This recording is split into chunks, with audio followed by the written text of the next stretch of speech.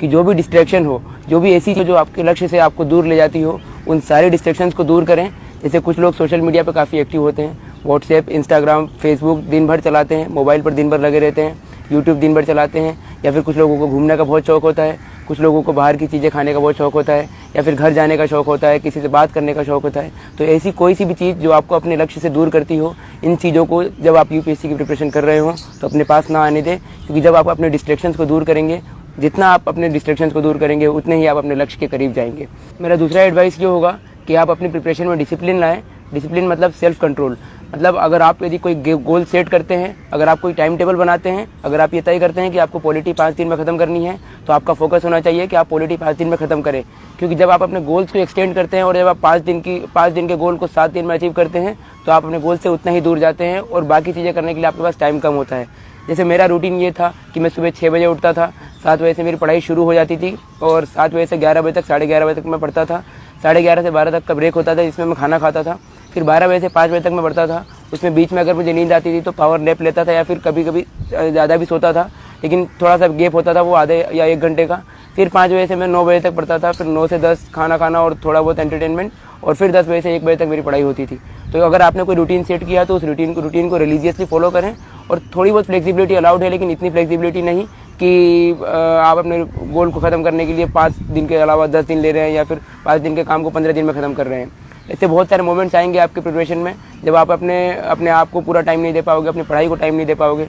कभी लाइट चली जाएगी, कभी दोस्त घर पे आ जाएंगे, कभी घर से फ़ोन आ जाएगा, या फिर कभी बाहर घूमने जाने का मन करेगा, कभी कुछ खाने जाने का मन करेगा। तो ऐसे बहुत सारे लो मोमेंट्स भी आएंगे जब आपको लगेगा कि ये एग्ज़ाम बहुत टफ है, मैं इस एग्ज़ाम को क्लियर नहीं कर सकता, ये बहुत, इसमें 5 से 10 लाख लोग एस्पायर कर रहे हैं एग्ज़ाम देने के लिए, तो इस पर मेरा क्या होगा। लेकिन जब ऐसे फीलिंग आए, जब ऐसी चीज़ें आपके मन में आए, तो सबसे पहले अपने आप से क्वेश्चन करो कि मैं ये एग्ज़ाम क्यों दे रहा हूँ। मोटिवेशन कहाँ से आता है। मुझसे बहुत लोग ये पूछते हैं कि आपका मोटिवेशन कहाँ से आता है, इतना 1 साल में एग्ज़ाम कैसे क्लियर हो गई। तो मैं बोलता हूँ कि मोटिवेशन आपके अंदर से आना चाहिए, और मोटिवेशन अंदर से तब आएगा जब यूपीएससी में अपीयर होने का फैसला आपका खुद का होगा। आप जब भी कोई अपनी प्रिपरेशन के दौरान ऐसा फेज़ आए और जब भी आपको लगे कि नहीं मैं नहीं कर सकता, तो अपने आप से सवाल कीजिए कि आपने ये प्रिपरेशन शुरू क्यों की है। ये फैसला आपका था या आप पे थोपा गया था। और मुझे लगता है कि ज़िंदगी हर व्यक्ति को कोई एक ना एक मौका ज़रूर देती है जिसमें वो अपने आप को साबित कर सके। तो यदि ये फैसला आपके ऊपर थोपा गया था, तब भी आपके पास एक मौका है जिसमें आप अपने आप को साबित कर सकते हैं और समाज के ऐसे तबके में जाकर बैठ सकते हैं जहाँ से आप पूरे समाज को सेवा कर पाएंगे और समाज में एक अलग स्थान अपना बना पाएंगे। तो ज़िंदगी ने अगर आपको ये मौका दिया है, अगर आप प्रिपरेशन करने के लिए यहाँ आए हैं दिल्ली, या फिर आप घर से प्रिपरेशन कर रहे हैं, तो आपके पास ये बहुत शानदार मौका है जिसमें आप अपनी कैपेबिलिटीज़ को और अपने पोटेंशियल को और निखार पाएंगे, और इस एग्ज़ाम को क्लियर करके दुनिया को ये बता पाएंगे कि आपका एक्चुअल पोटेंशियल क्या है। दुनिया में ऐसी कोई चीज़ बनी ही नहीं जिसे हासिल नहीं किया जा सकता।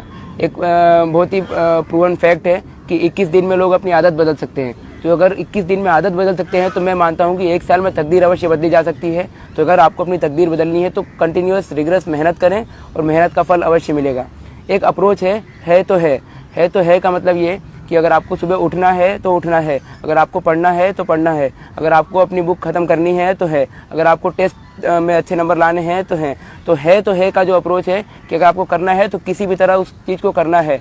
और ये अप्रोच अगर आप लाइफ में फॉलो करेंगे तो मुझे लगता है कि कोई भी एग्ज़ाम, यूपीएससी तो केवल एक एग्ज़ाम है, और ज़िंदगी की और भी जो परीक्षाएं होती हैं, जो रियल लाइफ की एग्ज़ाम्स होती हैं, उसको भी आप आसानी से क्लियर कर सकते हैं। अपनी प्रिपरेशन के दौरान स्टूडेंट्स एक गलती और ये करते हैं कि एक ही चीज़ को पढ़ने के लिए या एक ही चीज़ को करने के लिए वो कई सारे सोर्सेज का इस्तेमाल करते हैं। जैसे अगर पॉलिटी पढ़ना है तो वो पॉलिटी की एक बुक की जगह 3 या 4 बुक्स पढ़ेंगे, अगर इकोनॉमी पढ़नी है तो एक बुक की जगह 3 या 4 बुक्स पढ़ेंगे, अगर उनको टेस्ट सीरीज देना है तो एक कोचिंग की जगह 3 या 4 कोचिंग के टेस्ट देंगे। तो इससे मुझे लगता है कि ये अटर टाइम ऑफ वेस्ट है। तो अगर आपको अपना टाइम सेव करना है तो it's better that read 1 book multiple times rather than reading 10 books 1 time. तो इसका मतलब यही है कि अपना टाइम सेव करें, और जितना एफिशिएंटली आप अपनी बुक को रिवाइज़ कर सकते हैं और जितनी कम बुक सोर्सेज के साथ, जितने कम कंटेंट के साथ आप बेटर यूटिलाइजेशन कर सकते हैं, तो वो करने की कोशिश करें। अगर आप एक ही बुक से आपके अंदर ये कॉन्फिडेंस आता है कि हाँ ये टॉपिक मैंने अच्छे से कवर कर लिया है और इस टॉपिक पे मैं कुछ भी लिख सकता हूँ या इस टॉपिक का कोई भी क्वेश्चन मैं आंसर कर सकता हूँ, तो दूसरी कोई बुक पढ़ने की आवश्यकता नहीं है। और यूपीएससी की डिमांड ये नहीं है कि आप बहुत सारा आपके पास कंटेंट हो, बहुत सारा नॉलेज हो, क्योंकि वो ऑलरेडी बहुत सारे लोगों के पास है। लेकिन मैंने अधिकतर ये देखा है कि जिन लोगों के पास बहुत सारा नॉलेज होता है वो इस एग्ज़ाम को क्लियर नहीं कर पाते हैं, क्योंकि लेस इज़ मोर हियर। जितना कम आपके पास नॉलेज है उतना ज़्यादा आपके लिए बेनिफिशियल है।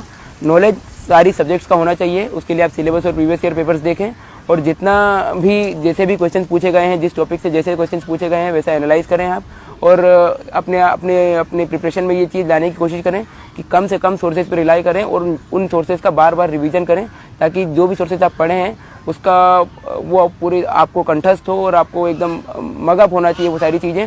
और अगर आप पेपर भी पढ़ रहे हैं तो कम से कम पेपर्स पढ़ने की कोशिश करें और ज़्यादा से ज़्यादा अपने माइंड को डेवलप करने की कोशिश करें, क्योंकि कंटेंट आपके पास जितना है उतने में ही आपको डिलीवर करना है। और जब आप एग्ज़ाम लिख रहे होंगे, प्रीलिम्स तो ऑब्जेक्टिव होता है लेकिन मेंस सब्जेक्टिव होता है, तो जब भी आप लिख रहे होंगे पेपर तो आपके पास अगर आपने बहुत सारे सोर्सेज से पढ़ाई की है तो एट दैट टाइम आपको इतनी सारे सोर्सेज से अगर पढ़ा है तो दिमाग में बहुत कम चीज़ें आती हैं और लिखने में भी बहुत सारा कन्फ्यूजन होगा। और अगर एक ही सोर्स से बार बार पढ़ा है तो लिखने में बहुत आसानी होगी और आसानी से आप कोई भी क्वेश्चन का आंसर लिख पाएंगे। तो मेरा एडवाइस होगा कि कम सोर्सेज पर रिलाई करें और उन सोर्सेज का बार बार रिवीजन करें।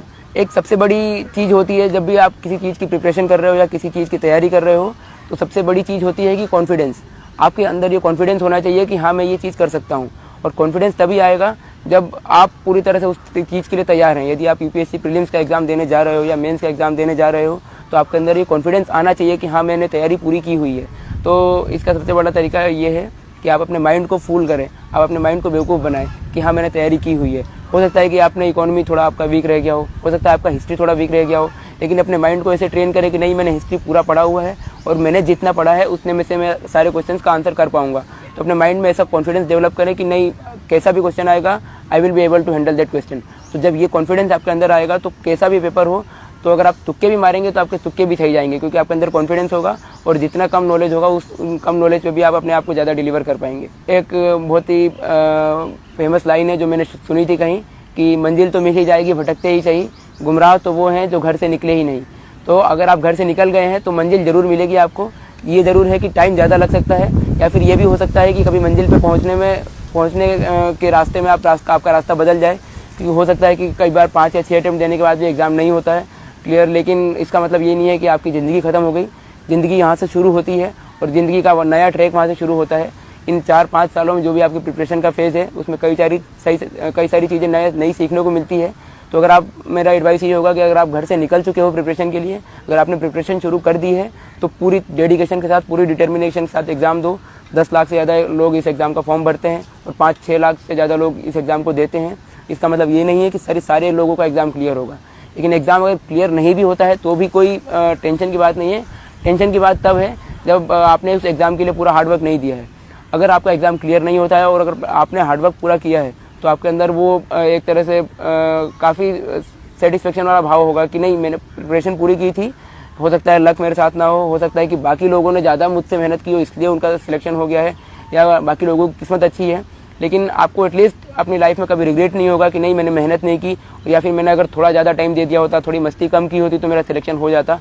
तो इसलिए पूरी तरह से आप अगर प्रिपरेशन में लग रहे हैं तो पूरा हार्डवर्क कीजिए, सारे डिस्ट्रैक्शंस को अवॉइड कीजिए, सारे मिथ्स को अवॉइड कीजिए और पूरी तरह से इस प्रिपरेशन में लगिए, ताकि बाद में आपको लाइफ में कभी ये रिग्रेट ना हो कि मैं थोड़ा बहुत और हार्डवर्क कर सकता था, मैं थोड़ा बहुत और टाइम सेव कर सकता था, मैं अगर मूवी देखने नहीं जाता, मैं अगर यूट्यूब नहीं चलाता, मैं सोशल मीडिया पे ज़्यादा एक्टिव नहीं होता और मैं दोस्तों से बातचीत अगर कम रखता अपने प्रिपरेशन के दौरान, मैं ज़्यादा अगर सोशल एनवायरनमेंट में नहीं जाता और अपने प्रिपरेशन के टाइम पे बिल्कुल लोन वोल्फ की तरह अगर प्रिपरेशन करता तो मेरा हो जाता। अगर ये भाव अगर आपके बाद में आपको आएगा तो पूरी लाइफ भर आपका रिग्रेट होगा। इसलिए भले एग्ज़ाम में सक्सीड हो या ना हो, मेहनत पूरी करो ताकि बाद में कोई रिग्रेट भी ना हो, और बाकी अगर रिग्रेट नहीं होगा तो लाइफ के दूसरे एग्जाम्स में आप आराम से सक्सीड करोगे।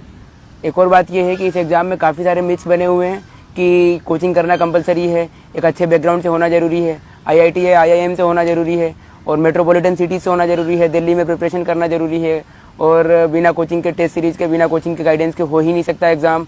आप Tier 2 या Tier 3 सिटीज़ से आते हैं तो आपका सिलेक्शन नहीं हो सकता। 10th-12th में अच्छे परसेंटेज होने चाहिए, ग्रेजुएशन में अच्छे परसेंटेज होने चाहिए। पर मुझे लगता है कि ये सारे मिथ इसलिए बनाए गए हैं ताकि इस एग्ज़ाम को और टफ बनाया जा सके, और मार्केट में जो लोग इस एग्ज़ाम से प्रॉफिट कमा रहे हैं या इस एग्ज़ाम का फ़ायदा उठा रहे हैं उनको और प्रॉफिट हो। तो मुझे लगता है कि बिना कोचिंग के भी प्रिपरेशन हो सकती है। 10th-12th में अगर अच्छे परसेंटेज ना हो तो भी एग्ज़ाम क्लियर हो सकती है। मैं खुद इंदौर से आता हूँ, ना IIT से हूँ ना IIM से हूँ, ग्रेजुएशन मेरा BCom ऑनर्स में था, 22 की एज है, फर्स्ट अटेम्प्ट में एग्ज़ाम क्लियर हुआ है। तो कई सारे मिथ तो मैंने खुद ब्रेक किए हैं। आप जो इस बार ऑल इंडिया रैंक 3rd हैं, जुनैद अहमद, उनका एग्जाम्पल देख सकते हैं कि उनके 10th और 12th में दोनों में अराउंड 60 परसेंटेज थे। तो 60% यानी एक एवरेज स्टूडेंट। और यदि एक एवरेज स्टूडेंट का भी एग्ज़ाम क्लियर हो रहा है तो आप उनसे प्रेरणा ले सकते हो कि आप भी इस एग्ज़ाम को आसानी से क्लियर कर सकते हो। बस डिटर्मिनेशन